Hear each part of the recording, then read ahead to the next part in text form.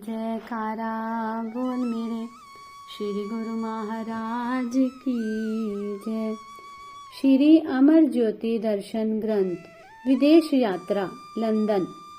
British Airways के plane में विराजमान होकर आपने लंदन शहर में कृपा की। लंदन वाले प्रेमी कब से श्री दर्शनों की आस लगाए बैठे थे। आज वह शुभ घड़ी आ गई। श्री दर्शन की झलक पाकर सबके मुरझाए दिलों की कलियां खिल उठी।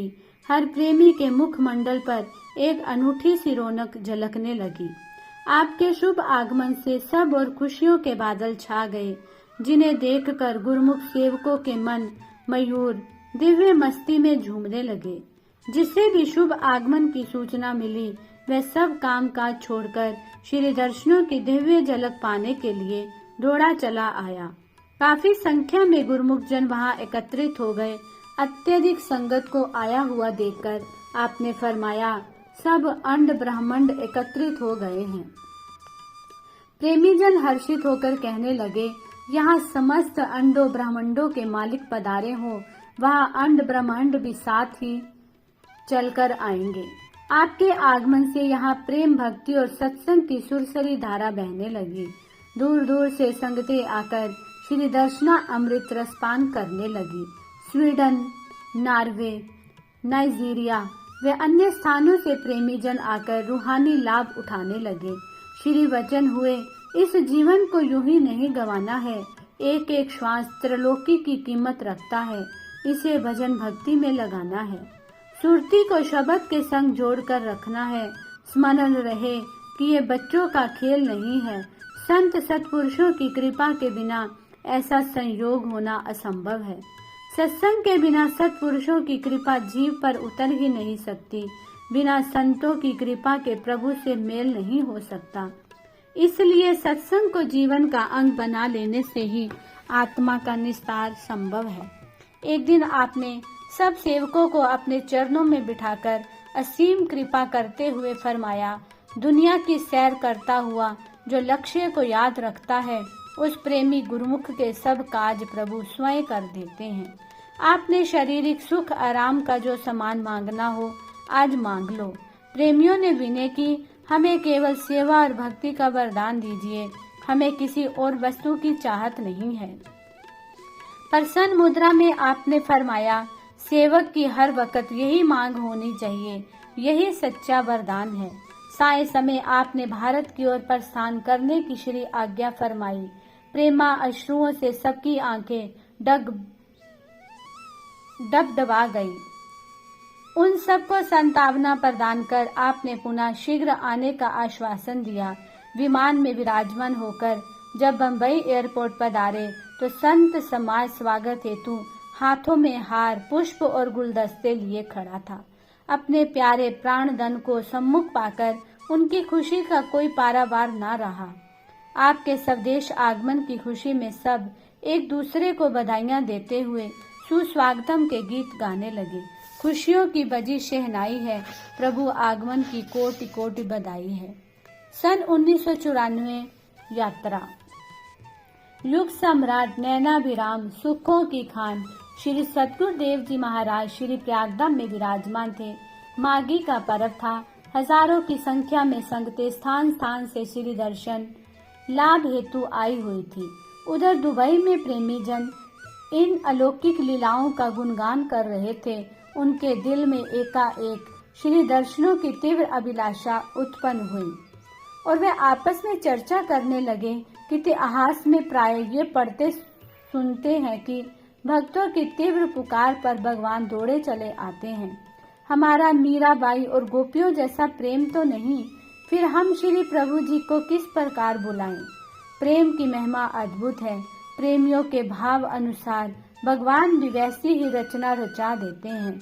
उन्हीं प्रेमियों में से एक प्रेमी श्री दर्शन करने श्री प्रयागधाम आया और उसने प्रेम से ओतप्रोत हो श्री चरणों में विनय की कि दुबई की संगत श्री दर्शनों के लिए अति व्याकुल है। महाप्रभु जी वहाँ कृपा करें। आपने मुस्कुराते हुए फरमाया, हम तो तैयार बैठे हैं, लेकिन 2 दिन में ही वीजा लगवाओ तो। कार्य तो अति कठिन जानते हुए भी उस प्रेमी की खुशी का कोई ठिकाना न रहा। करबद्ध विनय करने लगा कि श्री प्रभु जी की कृपा से मैं अभी सब प्रबंध करके आता हूँ। बम्बई जाकर उस प्रेमी ने दुबई फोन लगाकर सबको इस खुशखबरी से अवगत करवाया। जो काम 2 महीने में भी हो पाना कठिन था, वह गुरु कृपा से, भक्तों की प्रेम की कशिश से 2 दिन में ही संभव हो गया। सच्चे प्रेमियों की सभी अड़चने भी आप ही दूर करते हैं। वीजा लग जाने के उपरांत माघी पर्व के बाद संत धाम व्यवत जाने की अपेक्षा आप 20 जनवरी को अचानक दुबई पहुंच गए। दुबई प्रेम का कौतुक अद्भुत रचाया, पहुंच दुबई प्रेमा अमृत बरसाया। आपने दुबई पहुंचते ही पावन वचनों में फरमाया, श्री प्रयाग धाम में हजारों की संख्या में संगतों को छोड़कर हम यहाँ कैसे पहुंच गए, ये हमें भी नहीं समझ आया। इन वचनों को श्रवण कर सभी प्रेमी जोर जोर से जयकारे बुलाने लगे। आप नित्य प्रति उन्हें श्री वचनों की अमूल्य दात से सरसाने लगे। एक दिन श्री वचन हुए, जो इस संसार में आया है उसे एक ना एक दिन यहाँ से अवश्य जाना है। जब यहाँ से एक दिन चले ही जाना है, फिर मान किस बात का। फानी चीजों पर मान करना सरासर नादानी है। दुनिया की कोई भी वस्तु किसी के साथ नहीं जाती, साथ जाने वाला तो केवल प्रभु का नाम है। ये दात उसे मिलती है जो निष्काम भाव से कर्म करता है। ये सब ज्ञान सत्संगति में आने से मिलता है। आपके बड़े पुण्य कर्म है जो आपको सत्संगति मिल गई है। सत्संग में आने से और सत्पुरुषों के वचनों से ही जीव को सच्ची रोशनी मिलती है। सत्पुरुष ही जीव के सच्चे साथी हैं, जो जीव को वह सच्ची वस्तु बख्शते हैं और अंत में जीव के साथ जाती है। इसलिए सत्संग से जितना प्रेम बढ़ाओगे, जीवन में उतनी ही सफलता पाओगे। श्री वचनों के अनमोल मोती पाकर प्रेमी जन धन्य हो उठे। दूसरे दिन आपने जीवन को आदर्शमय बनाने का ढंग समझाते हुए फरमाया, भगवान श्री कृष्ण चंद्र जी वर्णन करते हैं शेर, जिस्म लेकर जो नहीं करते तरक्की जीनी हार, मुझसे गाफिल होके वो दुनिया में हो जाते हैं खवार। हर इंसान जीवन में उन्नति चाहता है, अवनति किसी को प्रिय नहीं, लेकिन उन्नति किसमें होनी चाहिए? दुनिया के सामानों में नहीं। ये पिछले कई जन्मों से माया में भटकता हुआ परेशान होता आया है। अनेकों जन्म पशु योनियों में रहकर अनंत दुख भोगता रहा। हर योनि में ये प्रार्थना करता रहा कि मुझे मानुष जन्म मिले और मैं प्रभु की भक्ति कमाऊं। उसकी पुकार को सुनकर मालिक ने कृपा करके इसे ये अनमोल मानुष तन प्रदान किया। देखा जाए तो ये पहली उन्नति है। इससे भी ऊंचा उठने के लिए महापुरुषों की सत्संगति का संयोग बख्शा।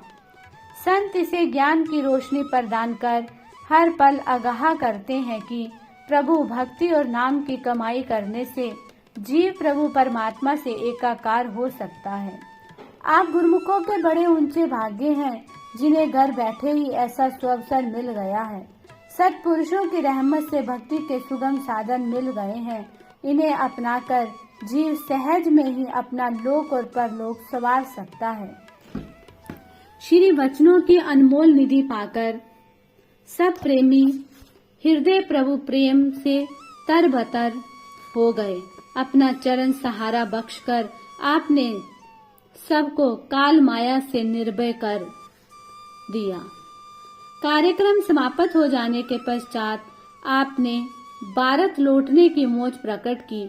वहां रहने वाले गुरुमुख श्री चरणों में विनती करने लगे कि हे दयालु प्रभु, फिर से जल्दी कृपा फरमाना। आप उन्हें अपना आशीर्वाद और भरपूर प्यार लुटाकर बंबई से होते हुए श्री प्रयागधाम लौट आए।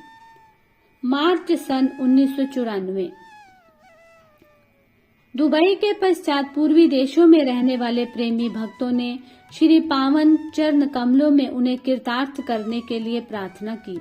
काफी समय से बिन दर्शन के वह रूहें बिन पानी की मछली की न्यायी तड़प रही थी।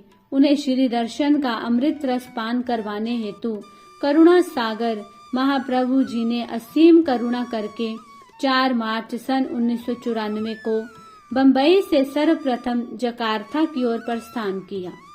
बंबई में प्रेमियों ने श्री चरणों में दंडवत प्रणाम कर शुभकामनाएं अर्पित की। जकार्ता। 5 साल के पश्चात जब श्री प्रभु जी ने इस धरा पर अपने चरण रखे तो चारों ओर बहार छा गई। खुशियों की शहनाइयां बज उठी। प्रेमियों के हृदय ऐसे खिल उठे जैसे प्रभाकर को छोड़कर पंकज खिल उठता है। एयरपोर्ट से जब आश्रम पर कृपा की तो मोती मणिकों से आरती के थाल सजाकर सबने श्री प्रभु का अभिनंदन किया, पुष्प मालाएं पहनाई और गुलदस्ते भेंट किए। श्री प्रभु जी द्वारा कुशलता पूछे जाने पर सभी एक स्वर में बोल उठे कि आज आपको पाकर हमारे सारे जहान को पा लिया है। प्रसन्न मुद्रा में आप सब प्रेमियों पर अपना अथाह प्रेम बरसाते हुए उन्हें अपने वचनों द्वारा मालामाल करने लगे। श्री वचन हुए किसी भी कार्य को करने के लिए यदि उसे मुखिया की निगरानी में किया जाए तो उसका परिणाम कई गुना अच्छा होता है।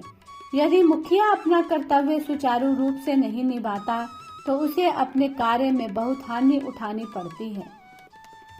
इसी प्रकार ही मानव तन भी सभी योनियों में प्रधान है, मुखिया है। ये विशेष कार्य को पूर्ण करने के लिए मिला है।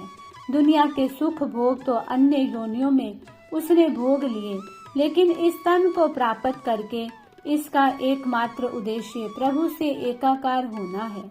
यदि ये काम नहीं किया तो फिर इसने अनमोल समय को कोडियों के भाव बर्बाद कर दिया। सत्पुरुष ही जीव को सतमार्ग दर्शाते हैं और जन्मों से बिछड़ी हुई रूहों को अपने चरणों में ठोर देते हैं। मानुष तन को धारण करके सत्संगति अपनाना जरूरी है, क्योंकि इसके बिना जीव का काम नहीं बन सकता। ये मानुष तन हीरे के समान है। यदि इसकी परख ना की गई तो ये जन्म निष्फल चला जाएगा।